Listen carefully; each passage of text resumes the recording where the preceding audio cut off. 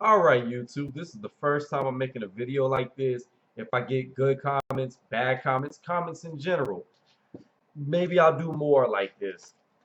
Basically, this is a creationist versus scientific view on how life started, the debate of, oh, the world's only 4,000 years old, and the fallacy in that, and the way that I look at the Bible. Certain things that I say you probably heard from other people, and certain things I might break down and say might be brand new. So this is what we're going to compare and contrast to the creation of things and how old the earth really is according to the Bible. All right, so first and foremost, you need three things in science at a rudimentary form, the very basics. You need time, space, and matter, because that's how everything functions. Now, the laws of physics and everything comes off of that, but you have time, space, and matter. And the theory of how everything started, according to science, is called the Big Bang. Bang is a sound.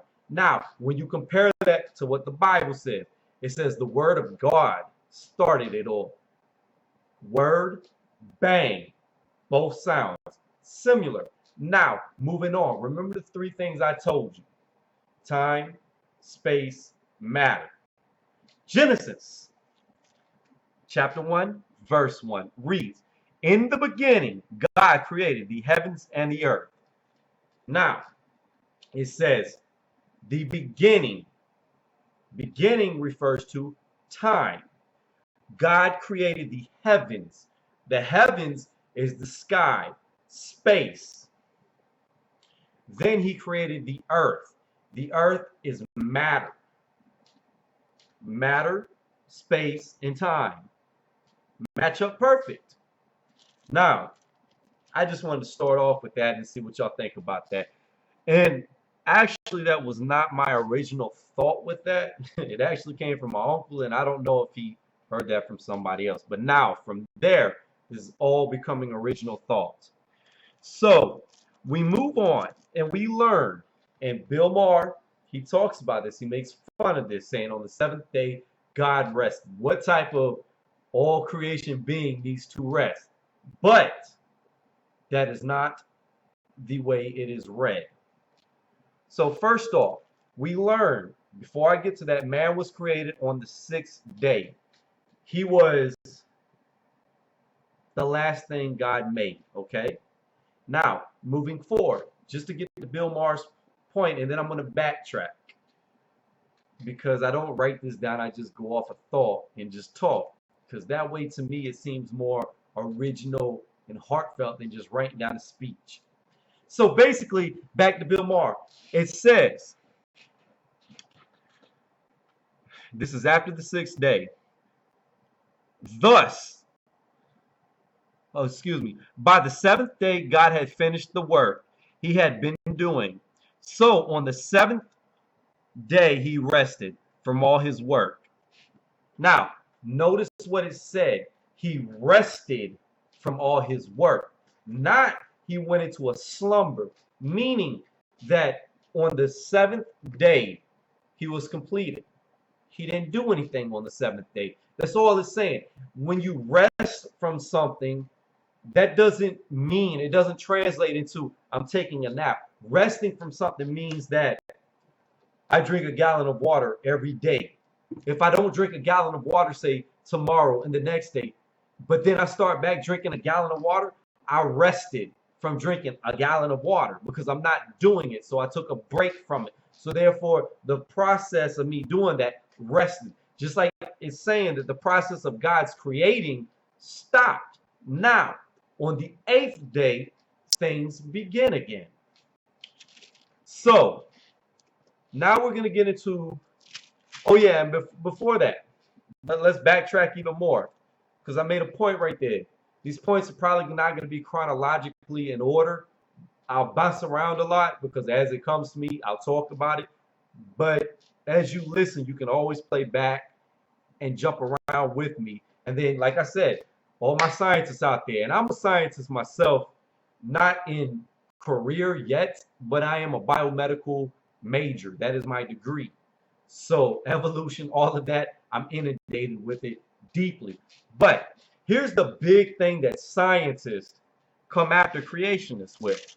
Because creationists, and this is true, some of them believe that the earth is only 4,000 years old. But I'm about to show you the fallacy in that. So, while we are creating,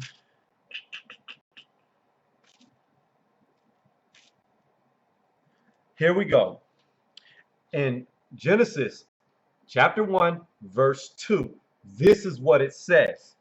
Now, the earth was formless and empty.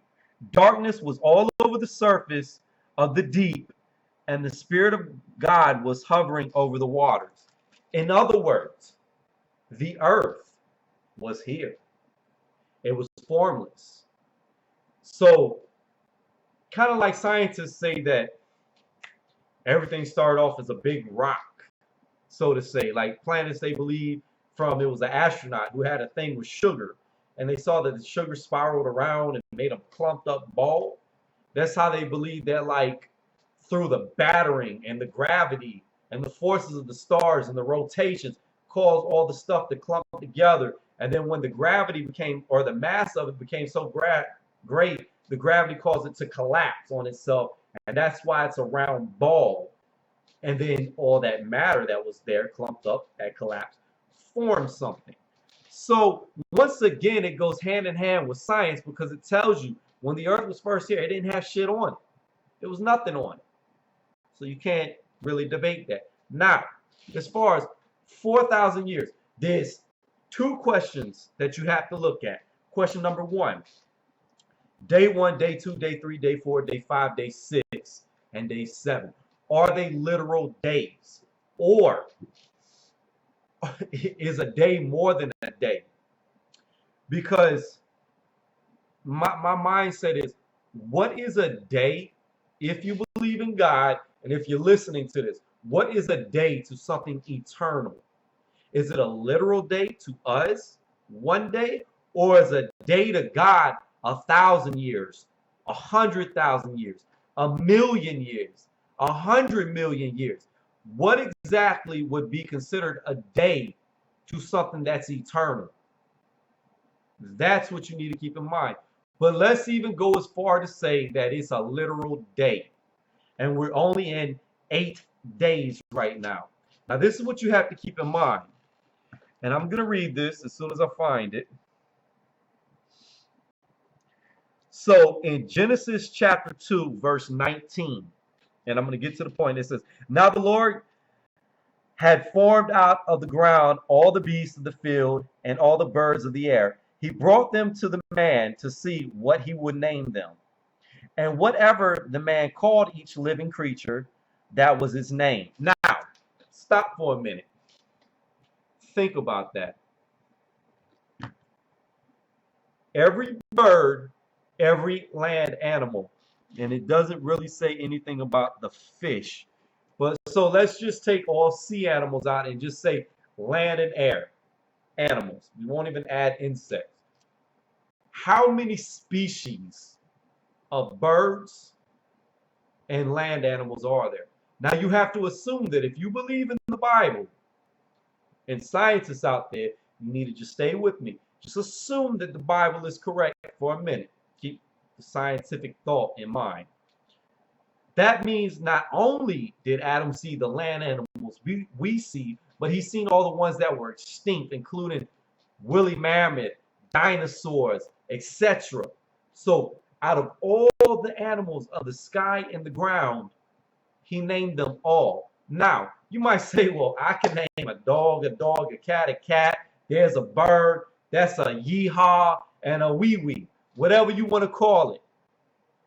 But here's the problem. I could do that. That's easy to do. But this is the difference in me, you, and Adam. Adam remembered the name of everything he named. So if it was 5,000 creatures, 9,000 creatures, he remembered each one by look and what he named it. Now that is something none of us could do today. None of us. Not to mention, you have to keep in mind, the reason why I bring this up is Adam did not age while in the garden. He did not age. And this is what I'm going to get to the end goal with just this very beginning of the Bible that's debated. Okay? So, as he's doing something incredible, naming all these species of birds, land animals, etc., he does not forget their name. Keep that in mind. So, the man gave names to all the livestock, the birds of the air, and all the beasts of the field. But for Adam, no suitable helper was found. Okay, let's stop there. Now, you got to understand that this is the King James Bible, okay? The real text is in Hebrew. And this is a translated version to the best that can be translated. The real thing with Adam was, after naming all these animals, and it doesn't say he did it in a day. We don't know how long it took Adam to name every single animal. He could have done it in a day. It could have been thousands of days. We don't know, which would translate to several years. So the thing that's different, that's lost in the translation, is it's not the fact that there was no suitable mate. It's the fact that Adam got lonely. He was alone. He did not have an equal. He did not have a partner. He did not have somebody else. Now, this is my question to you. And anybody who's, I don't know, had a girlfriend, had a boyfriend, in and out of relationships, whatever. Never been in relationships or one-on-one. But here's my question about that. No matter where your mind is, where you're at as far as relationships are, had one or haven't had one, eventually you will get lonely. And you will look for somebody else because of that loneliness. Now, Adam got lonely. You don't get lonely in a day. That's not going to happen. So that tells you right there, from when God made Adam and God made Eve, there's a huge gap that nobody speaks of. Nobody talks about, because he got lonely. You don't, once again, get lonely overnight. There had to have been a gap. How long did it take him to get lonely? 2 weeks? Probably not so. A year? Maybe. 20, 30, 40, 100, 200? You don't know, because there's no date given. There's no data, no tangible evidence to give anything of time inside of the creation period.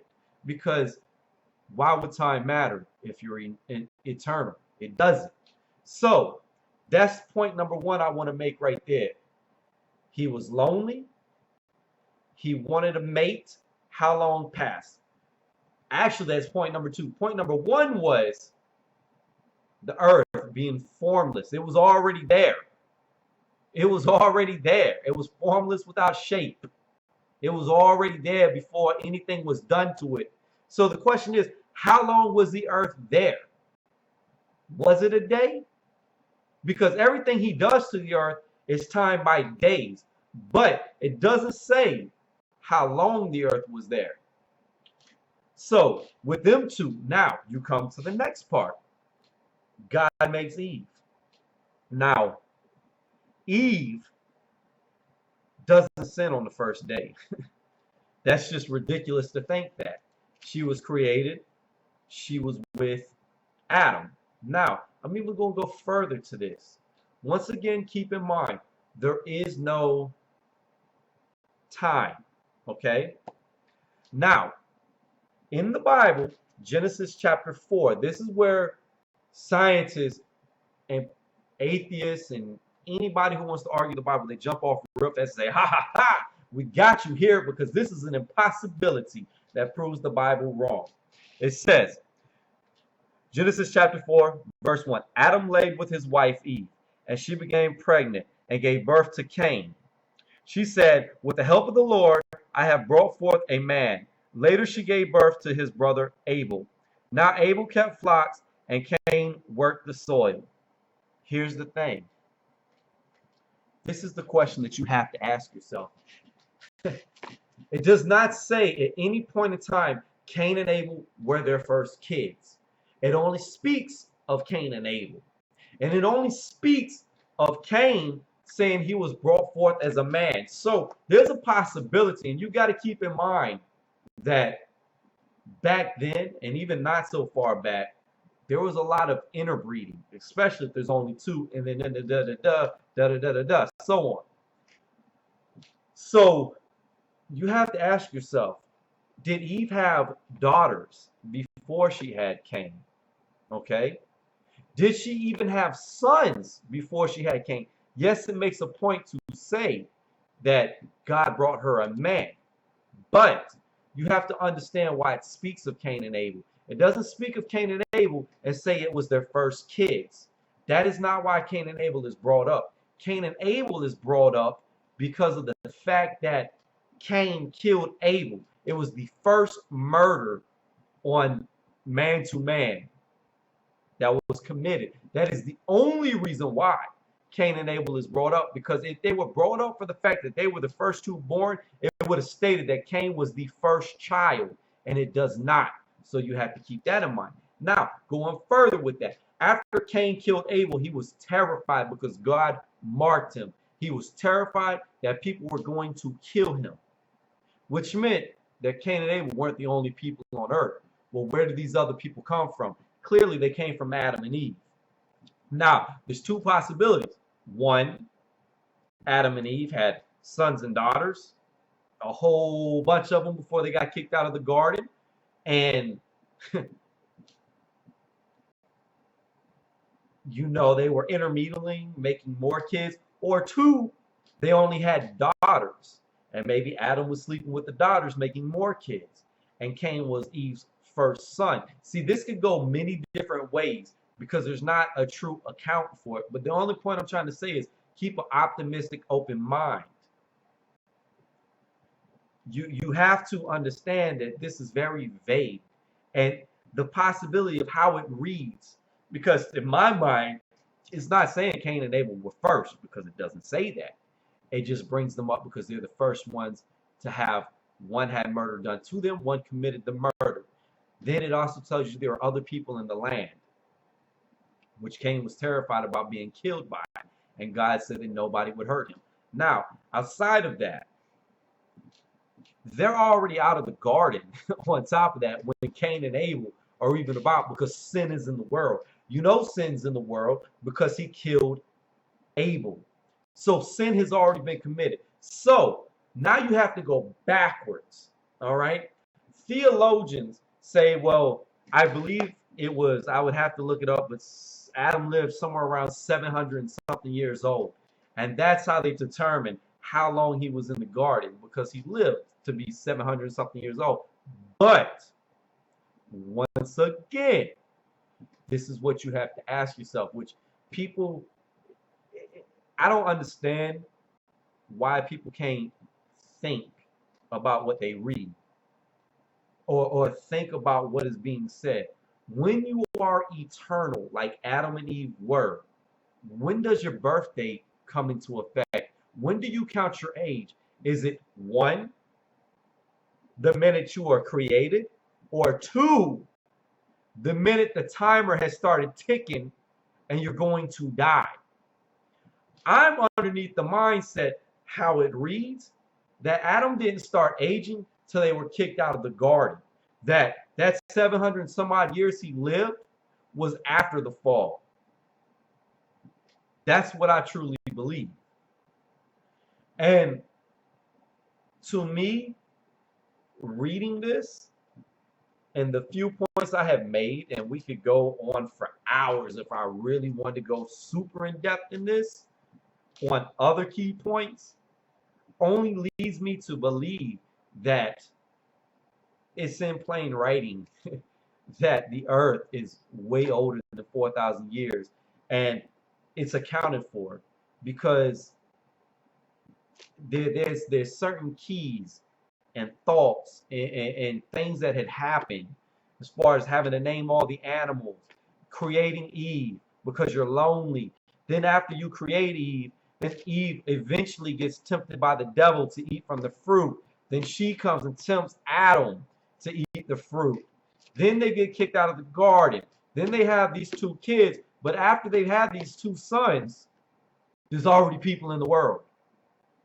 So if Adam and Eve were the first two and there's already people in the world, that tells you they were procreating. In fact, it even says, go forth and be fruitful the time he makes Eve.